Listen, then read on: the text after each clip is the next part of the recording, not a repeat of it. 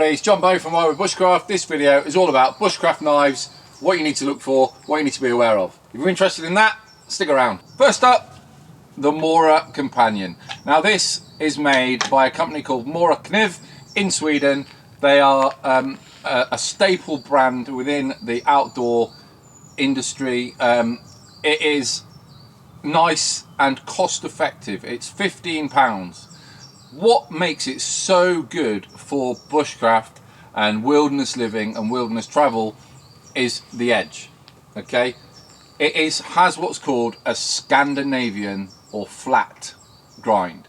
That means that it goes down to the cutting edge from the main bit of material here, or the back of the knife, down to the cutting edge in one clean motion. We don't have what's called secondary bevels or serrations or any of that sort of stuff. It goes down perfect, one straight line, which makes it really easy to sharpen on waterstones and maintain that cutting edge to a razor sharp cutting edge, which is what we need for this sort of activity. Carving wood, producing game, dispatching game, gutting, all that sort of stuff. This is what you want, that Scandinavian grind. Also, the good thing about this blade is that that cutting edge goes right the way in to the handle. Now, when you get more advanced, or you start doing intricate carving or more solid tasks, you use this bit of the blade far more. Okay, this is where all the power comes from. So to have that cutting edge right near the handle is really confidence inspiring, and it's really nice and controlled. It's a great way to build up good habits when using these tools. Rubberized grip, which is great, nice and sticky, nice and tacky.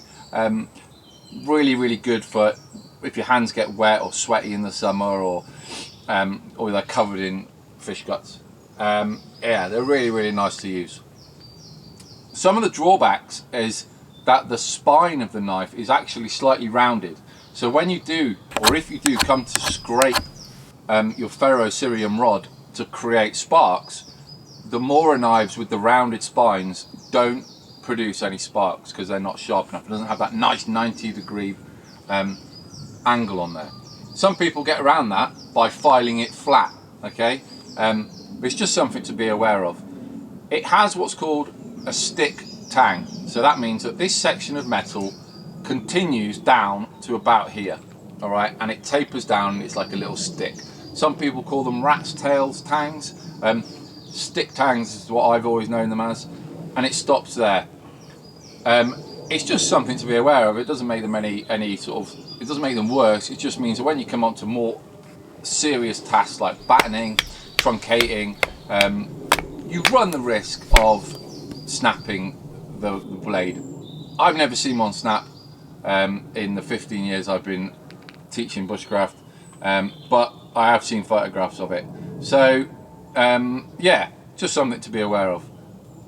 Blade length is about 4 inch, which is what you want. All right, you want a nice about 4 inch. Anything over 4 inch is more sort of going into traditional Finnish pukkos and that type of stuff with specific tasks. But general bushcraft, all right, 4 inch is what we're after.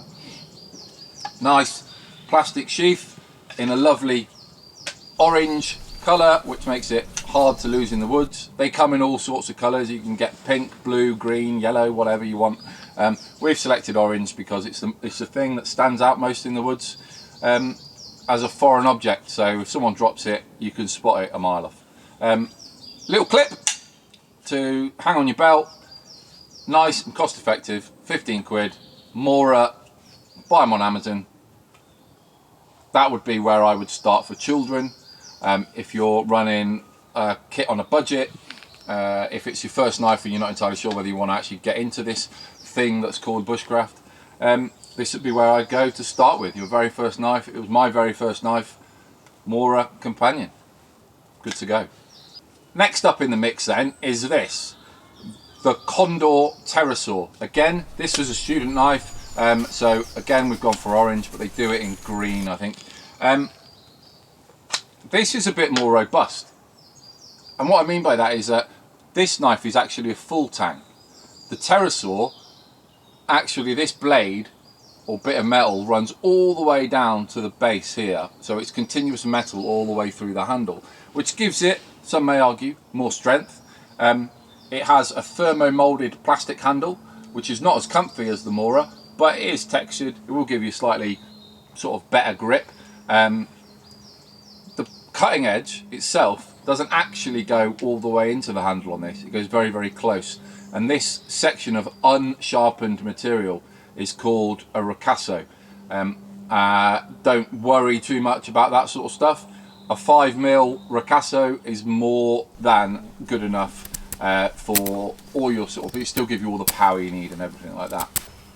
Has a slightly blackened steel bit, which gives it a bit more character, and has a lot of patina on the edge here. That patina is just staining where the metal has reacted with certain things that we've cut.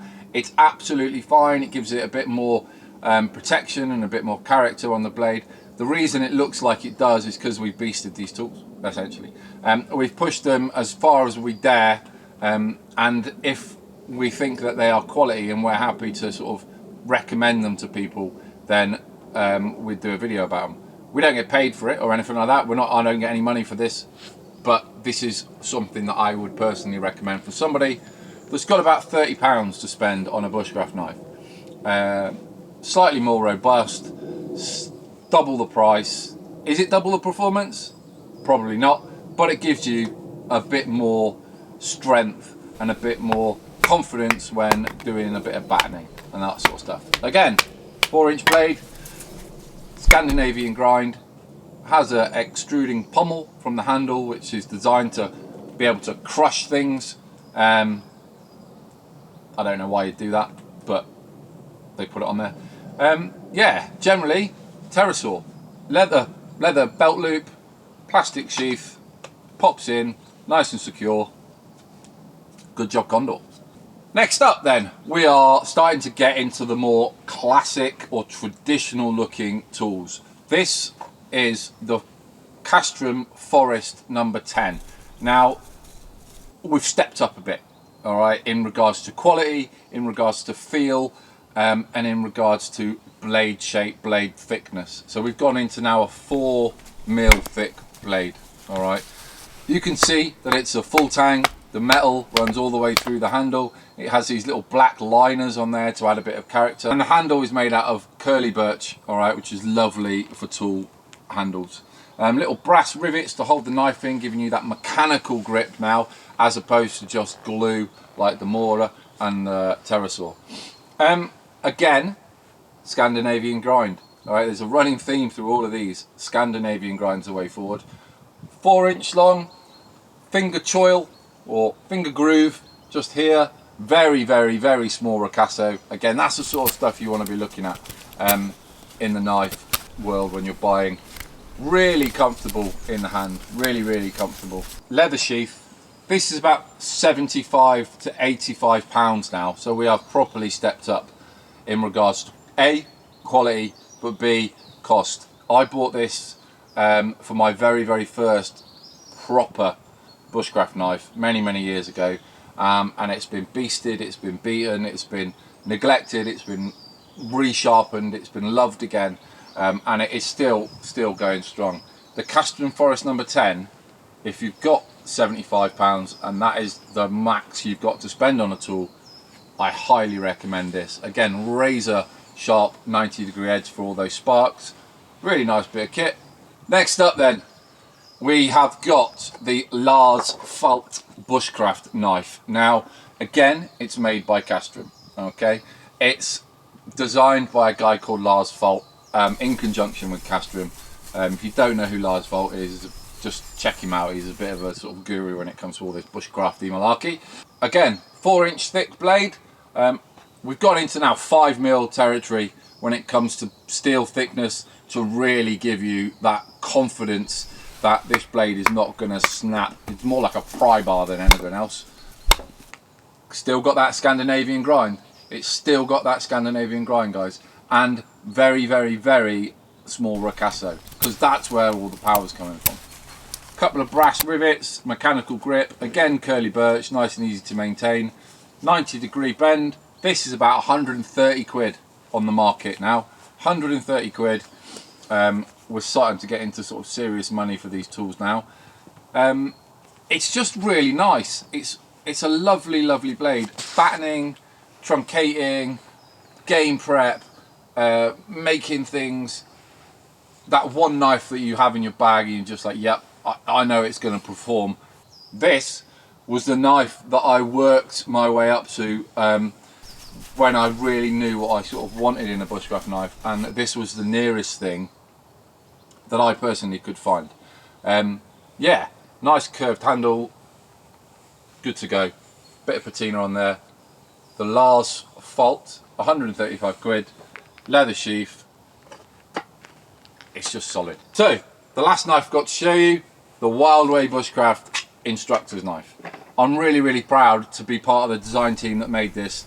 Me and a gentleman called Steve Armstrong, who runs Field and Steel, makes every single one of his knives by hand in a little shed up in Yorkshire. It's packed full of knifey magic dust. Metal goes in, beauty comes out. Now, the way we designed it, was again Scandinavian grind. It just had to be 4-inch long. Okay, just had to be. It's a classic. Nothing wrong with it. We went 3mm thick.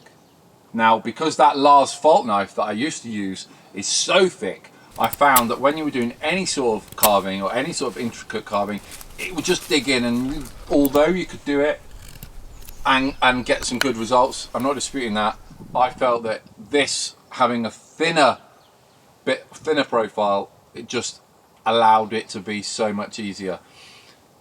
Also tapers down into a really, really, really fine point, which I kind of took inspiration from the Mora, with that really, really fine tip to be able to process game and get up into fish belly and all that sort of stuff.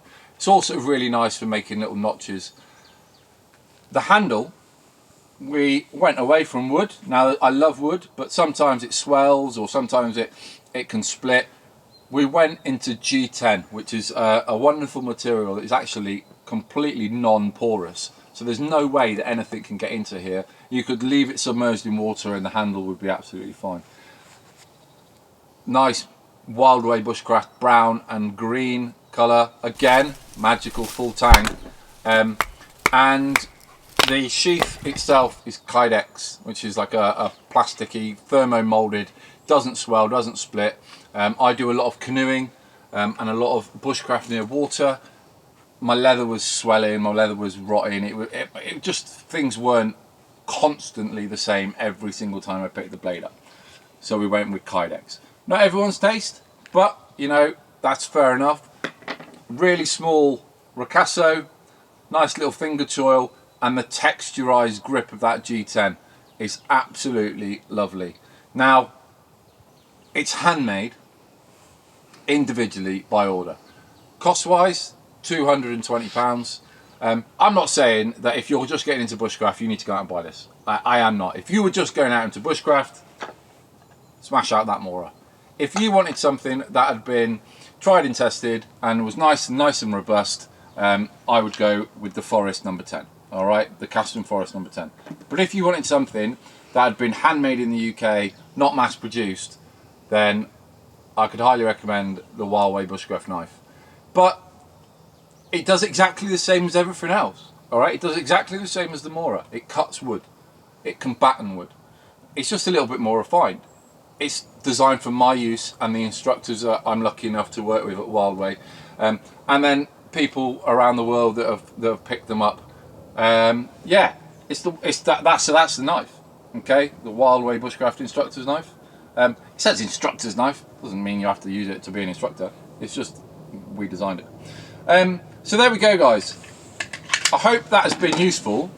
There's 5 knives that I showed you there, all pretty much the same, different price ranges, different specs, but the most important thing is to get outside and practice your skills. Really utilize the sharpness of your blade to just get out and enjoy nature. All right, don't get hung up on all the tools and all the sharpness and all the knives and all the craziness. To round things up, what you need is a Scandinavian grind, about 4-inch, long and the cutting edge.